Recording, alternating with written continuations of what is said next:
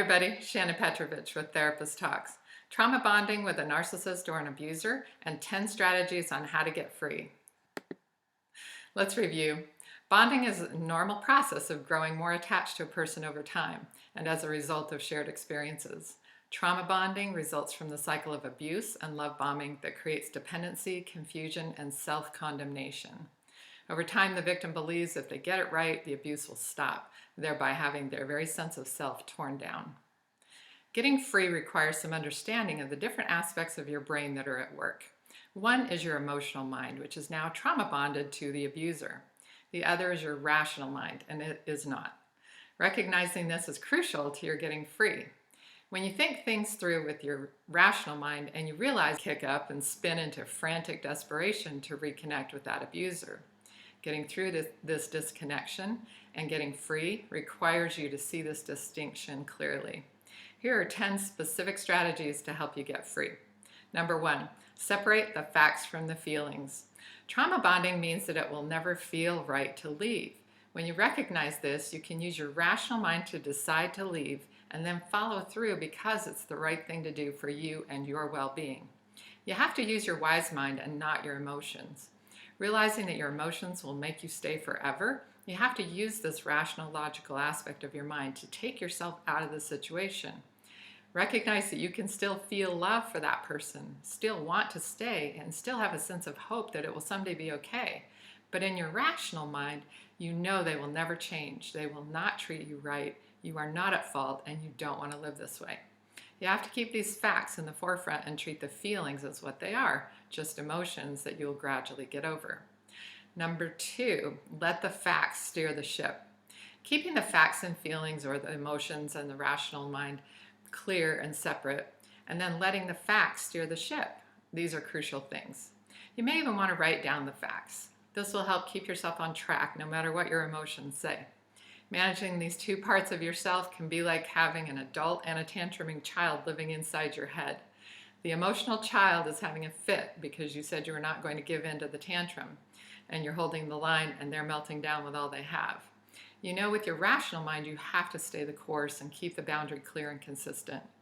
The emotions may feel overwhelming and out of control, and you only have 2 choices. You can stay the course. You'll have to write out these tantruming emotions, or give in and calm those emotions in the moment. But giving into your emotions by reconnecting with the abuser will only allow them to tear you down further, and then you'll be creating a stronger trauma bond. If you stay the course, your overwhelming emotions will subside. It will take time, but the tantrum inside your head will ease and it will finally cease. Keep the facts and feelings clear and separate, and keep the rational mind stronger than the emotions. Number 3, realize that now is the best time. Bonding increases over time, and the tearing down of yourself becomes worse over time. So the longer you stay, the harder it will be for you to get free. Your emotions will tell you that you should stick around and see if it works out. Your emotions will say that you've got this much time in, you should keep at it. But the longer you stay, the harder it'll be. The more you'll be bonded, and the more you'll lose yourself. So the old adage about ripping the Band-Aid off quickly and getting it over with is a good analogy. Once you decide with your rational mind to go, now is the best time to go. Number 4, reach out for support. You need a therapist or a coach or a friend or a family member who knows you well and can help you keep your feelings and facts straight. Walk them through your new understanding of the trauma bonding and how you need to get free, even though at times you're not going to want to. Let them know how to keep you on track and how to challenge you if they see you getting drawn back into the relationship. Number 5, realize the dangers involved. You have to make a safety plan and anticipate the narcissistic collapse that may happen. Of course, they may coldly walk away like you never existed, and this can be absolutely unnerving. But they could also completely implode or explode with tears and suicidal threats or rage and violence. So make sure you have these things thought out and your support network on board. Number 6, realize the trauma bond is real, and the abuser who created it will use it to manipulate you back into captivity. This is why you absolutely must block all contact and commit to no contact. And this is so the abuser cannot work away at your emotions and manipulate you back into the trauma bond. This brings up great fear and anxiety and depressive feelings, and here's why. You've literally spent months or years reading the abuser's emotions, moods, attitudes, and guessing at their every want or need. You've so intertwined yourself with them that you've ceased to exist in your own psyche. You're completely wrapped around them in every way, so when they're gone, you literally feel anxious, empty, and desperate for what they're thinking, what they're feeling, what they need, and what they want.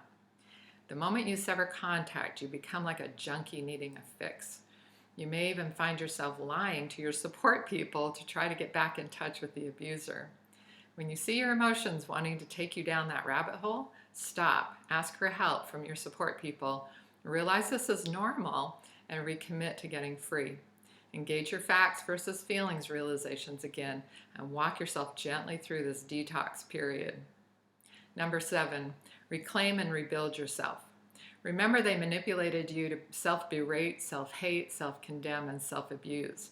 You literally have to take yourself through a deprogramming to get yourself to stop this self-abuse and begin to self-care and grow your self-compassion. You need to become your own best friend inside your head by watching the self-talk and not allowing yourself to continue that abuse in your internal talk. But you also want to become your own best friend in your everyday life. Think about the things you loved and lost while you were in relationship with the abuser. Take yourself out to do those things. If you need to, find completely new things to do. It takes time, so be caring and compassionate as you take yourself out and do fun things to rebuild your life. Be as gentle and kind as you would if your best friend were going through this, and become your own best friend. Number 8, trauma bonding is worse for those who had abusive childhood experiences. Studies show that if you grew up in childhood trauma, you will be more likely to trauma bond with an abuser. This is because when they begin to program you with those devaluing statements, these seem familiar, and there may already be a part of you that buys into these lies about you. You're more easily hurt, more easily manipulated, and more easily begin to self-deprecate as the abuser wants you to. If the negative berating resonated with old messages from childhood, you'll need to heal those old wounds as well as the present ones. Number 9, letting go if you were discarded. If you're now free because you were discarded, that's all the better. Don't lament that they discarded you, and don't tell yourself that you weren't good enough. Recognize that you were gifted this freedom, and you need to use this time to get free emotionally, the same way as you would if you chose to leave. Another way to frame this is to recognize that they likely attached to you because you had so much to give, and they're getting rid of you because they've completely bankrupted you emotionally, physically, spiritually, and socially. They will now move on to their next target, and it's time for you to rebuild your life. Starting with being grateful to be rid of the abuser and not listening to the irrational emotions of wanting them back, and not buying into their story about how useless or worthless or unlovable you are, but instead rebuilding in all the steps above, including no contact. Don't think because they discarded you, they won't reconnect. They may very well reconnect with you, at least, and so at least expect it. It will possibly destabilize you, and it might even get you derailed when you're already rebuilding your life. So block them in every way and reclaim yourself and your life. And finally, number 10, this detox and rehab will work in time. Just as your body lets go of the need for a drug that you've become dependent on, you will gradually release the hold of the trauma bond. The craving for the emotional intensity and for connection to the abuser will gradually leave you, and you'll gradually learn to self-support rather than self-abuse.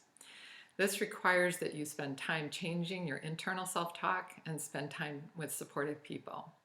Getting free works, and you will feel better again. There are good people out there, and you deserve to be treated with love, care, empathy, faithfulness, and grace. If you've appreciated this video, please subscribe to this channel and share it on your social media. You never know when something that you share might help someone else. Take good care of yourselves, and I'll talk to you again soon.